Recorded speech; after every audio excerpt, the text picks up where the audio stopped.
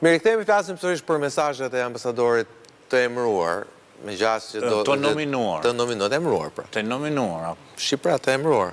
Propozuar më saktë. Propozuar.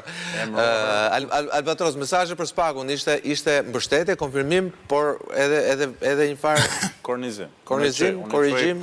Kornizim, që tu është abuzu mjaftueshëm me idenë që prapa nesh qëndrojnë Amerikanët. Edhe nga Spaku? Kjo është një legjendë, është abuzu edhe pi Spaku. Domethënë është legjendë urbane kjo në Tiranë.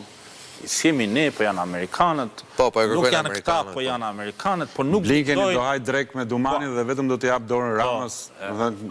Nuk guxojnë këta me bë këtë sikur mos janë Amerikanët, janë to legjenda urbane që kanë çakallu në për Tiranë, të cilat i kanë ushqy edhe vetë njerëz që janë mbrana strukturës. Mos t'i bëjmë këta pjesëtarë të kësaj strukture, që kanë pi këta prej hënës edhe, domethënë, janë qytetarë ekzemplar që nuk ndajnë asnjë pivetive shqiptare që i ka kjo shoqëni, domethënë, pi Brahos e Dumanit të tjerë, domethënë ata janë të klonu, janë qytetarët më të mirë shqiptarë që ekzistojnë, as bëjnë thashë theme, as nuk e dinë me bëjnë intriga, mos ta bëjmë këtë supozim.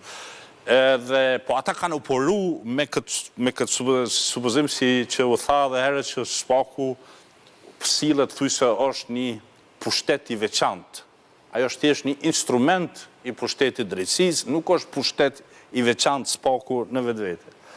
Edhe kjo ndërhyrje, kjo mesazh, do mendoj që ai ambasadori kur do vjen, do kujdeset në kjo pjesë që mos të keq përdorët emri i Amerikës, mos të keq përdorët ideja që Amerika qëndron mbrapa nesh për gjëra që janë mohabete të Tiranës, edhe domethënë të këtyre fletrofeve që në Tiranë, si e theti majtas djatha, si shkruajnë për njëri tjetrin edhe hajde. Majtas djatës.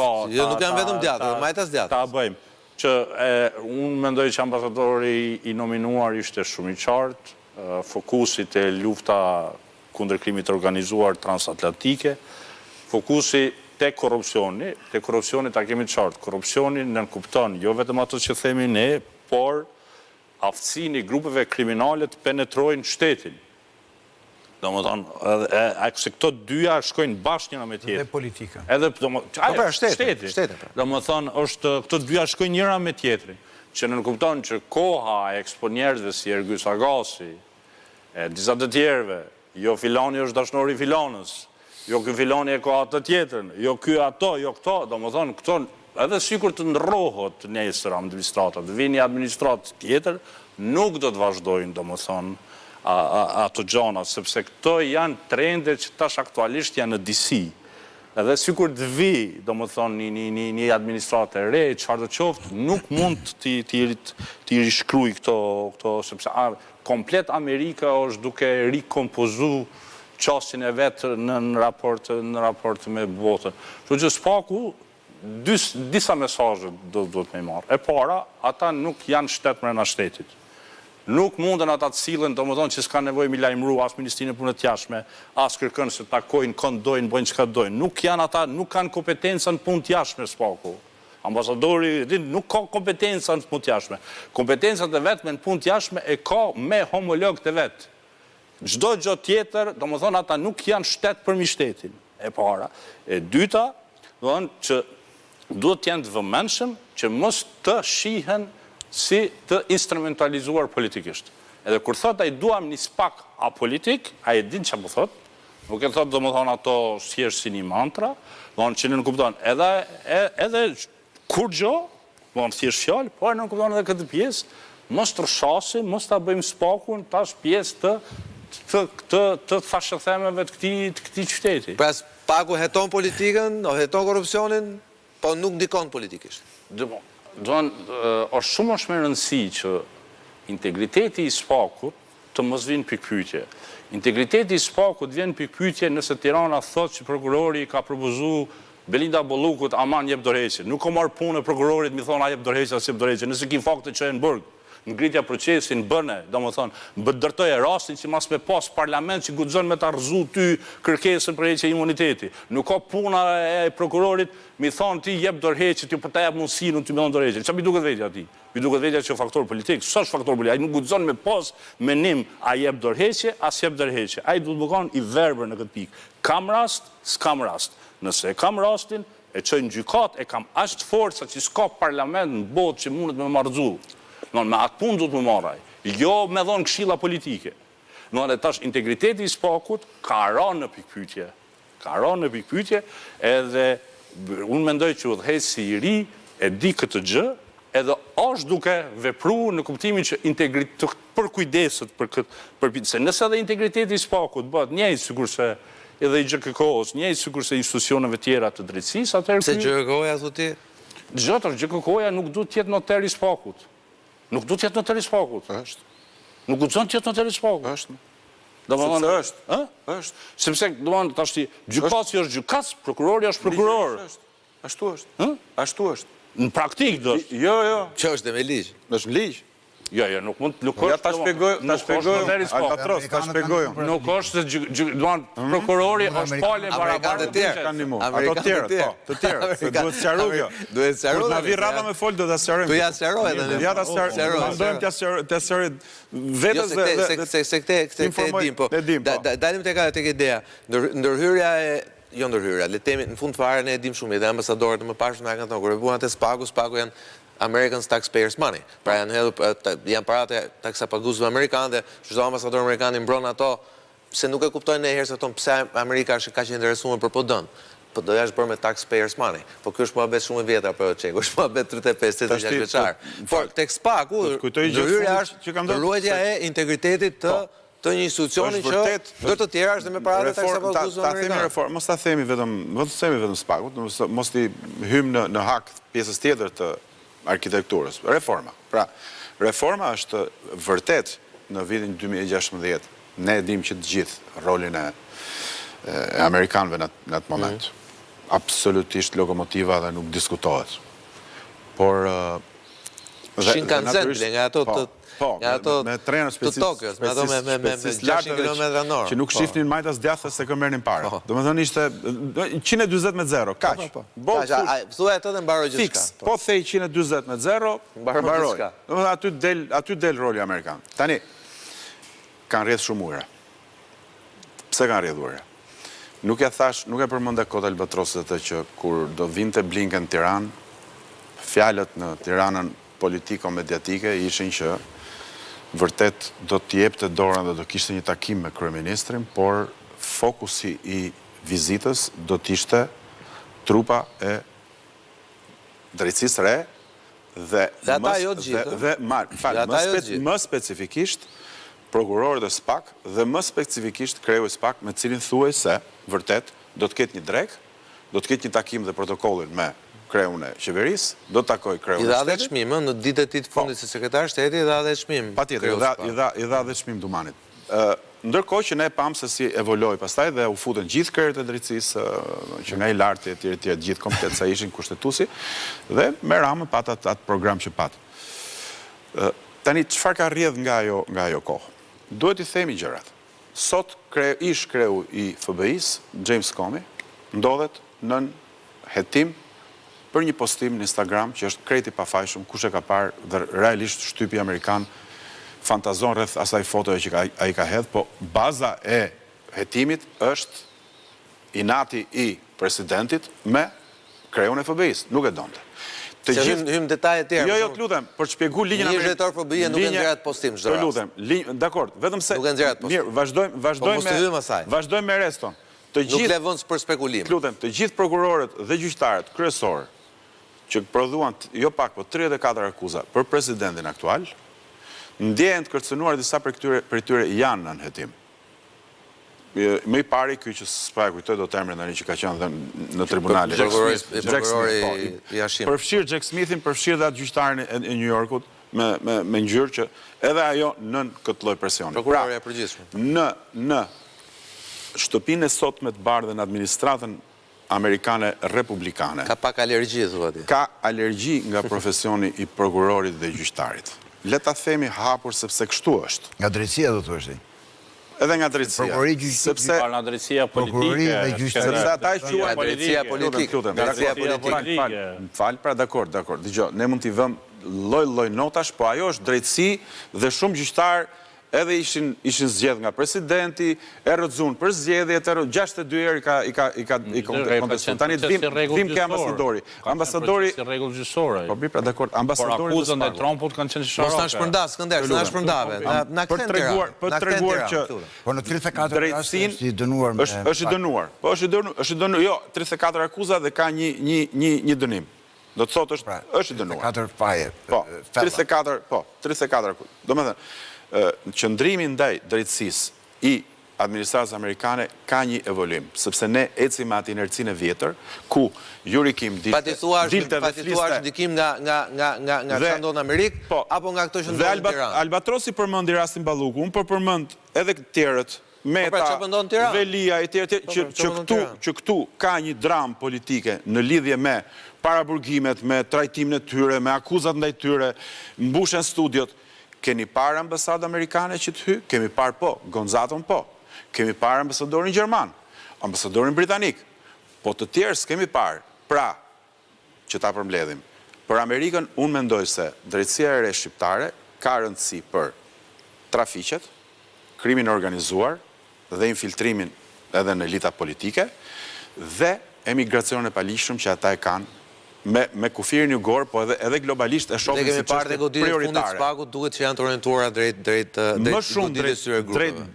Goditjes së grupeve dhe rolin amerikan në lidhje me luftën ndaj atij që ne tradicionalisht konsiderojmë si korrupsion në këtë vend, ne kemi parë me ulje në krahasim me administratën demokrate, e cila ishte jashtëzakonisht jo vetëm sponsori i reformës, por edhe mëngjes drejt darkë fliste vetëm për këtë gjë. Vetëm për këtë gjë. Ambasador, unë do të ndoshta pak më gjatë për punën e Spakut, po jo dhe shumë gjatë. Janë dy gjëra, dy këndvështrime. Një është kultura e varësisë politike që ekziston në Shqipëri nga viti 91 në mënyrë të dukshme, po ndoshta edhe në kohën e komunizmit. Kohën e komunizmit ishte ligjore. Çuja servilizëm, ambasador, tamam. Servilizëm? Servilizëm, një farë servilizëm. Edhe varësia, është edhe varësi për fat keq. Shiko, e di pse sepse servilizmi nënkupton që je ti aktori. Ndërkohë, kulturën e varësisë në radhë parë na kanë edukuar të tjerët. Ose bëja Këshilli i Evropës, bëja ju s'dini, erdhëm ne t'ju mësojmë. Ju nuk e dini këtë, ju nuk dini si bëhet rakia, ju nuk dini si bëhet kjo, ju nuk dini si bëhet ajo. Si lyen këpucët në ushtrime. Dhe ne jetëm më të përshtatshëm di siç ajo shprehja në kohën e komunizmit, Komiteti Qendror e di të gjitha dhe ne thamë. E di ose bëja këtë punë dhe kjo gjë ne na pengon njerëzisht shumë dhe nga që unë dua që kjo të ndodhi, besoj shumë që në dokumentat që kanë ndryshuar gjithë strategjinë e sigurisë kombëtare së Shtetit Bashkuar të Amerikës dhe që po materializohen hap pas hapi, po shikojmë të materializuara. Dhe duke qenë që në atë strategjinë e sigurisë kombëtare ata bëjnë fjalë për një rrezik të fshirjes së civilizimit të Europës, pra Europa siç ekziston sot për ata nuk është normale, është një ngrehin që shkel të drejtat e njeriut dhe shkel liritë politike të qytetarëve të vet. Në këtë këndvështrim mundet që të ndikojnë përmes ambasadorit në forcimin e një entiteti politik shqiptar që të jetë pak më autonom, më i pavarur, eksakt, më autonom. Dhe në këtë këndvështrim Spaku mund të funksiononte shumë herë më mirë nëse do ishte objekt dhe subjekt, pa pjesë integrale e një shteti ku organet e cilit funksionojnë normalisht. Pra, jo të ndikuar, se do Amerika që të gjymoj këtë, po gjymoj këtë, se do këtë gjymoj atë. Po, Amerika thotë, nëse nuk do ndikohesh nga unë, nuk do ndikohesh nga askush tjetër, ama. Kam përshtypjen mesazhi i ambasadorit sot ishte i tillë. Pra, nëse nuk do ndikohesh nga ne, nuk do ndikohesh nga askush tjetër. Absolutisht, problemi më i madh. Zëra që hajt lidhemi me problemi më i madh. Problemi më i madh që kanë amerikanët sot që janë autorët të atyre dokumentave që unë i quaj jashtëzakonisht të rëndësishme, që po mundohen të frenojnë vrullin e globalizimit dhe të kthehen ke shtetet sovrane, unë e konsideroj si hap pozitiv në marrëdhënie ndërkombëtare. Problemi është që presidenti e tyre kur vjen puna thot i vetmi frenim që ndjej unë është mendja ime. Pra, në një rrethan normale do duhet të thonë që shteti ligjor, parimet e demokracisë, ekuilibri pushteteve, check and balance, më thash. Është shumë e kohë. Që në këto kushte frymëzimi do duhet të jetë shumë individual i ambasadorit dhe jo presidencial. për mos thënë pastaj probleme tjera që... Në Amerikë institucionet funksionojnë, më thonë se... Mua më duk shumë institucionajt, gjë që Trumpi e qënë dhe në limite atë gjë, po... Si fillim nga një deklaratë e presidentit... Si fillim institucionet Amerikës kanë butë gjithë fotografinë e Donald Trumpit. Sekond, unë nuk thash institucionet në Amerikë funksionojnë. Unë thash që në krye të Shtetet Bashkuara të Amerikës është presidenti që thot i vetmi kufizim që ai ndjen janë normat e veta morale. Brenda kompetencave kushtetuese që ai ka. Nuk e tha kështu. Kjo është e juaj. Çeku, se vë drejt fundit. Nëse më lejo 2 minuta për ta përmbyllur thosha. Harrojmë që bashki investitor tek SPAK është edhe Bashkimi Evropian. Pra, ne vërtet dëgjojmë Shtetet e Bashkuara, por duhet dëgjojmë edhe Bashkimin Evropian, me cilin kemi disa fije që na lidhin në përditshmëri. Pra, nëse mbështetja amerikane është e përgjithshme edhe për ato linja që ju intereson amerikanëve, Bashkimi Evropian ka qasjen e vetë dhe është më prezente edhe në përditshmëri, ndjek çështje që janë ndoshta edhe më të ndjeshme.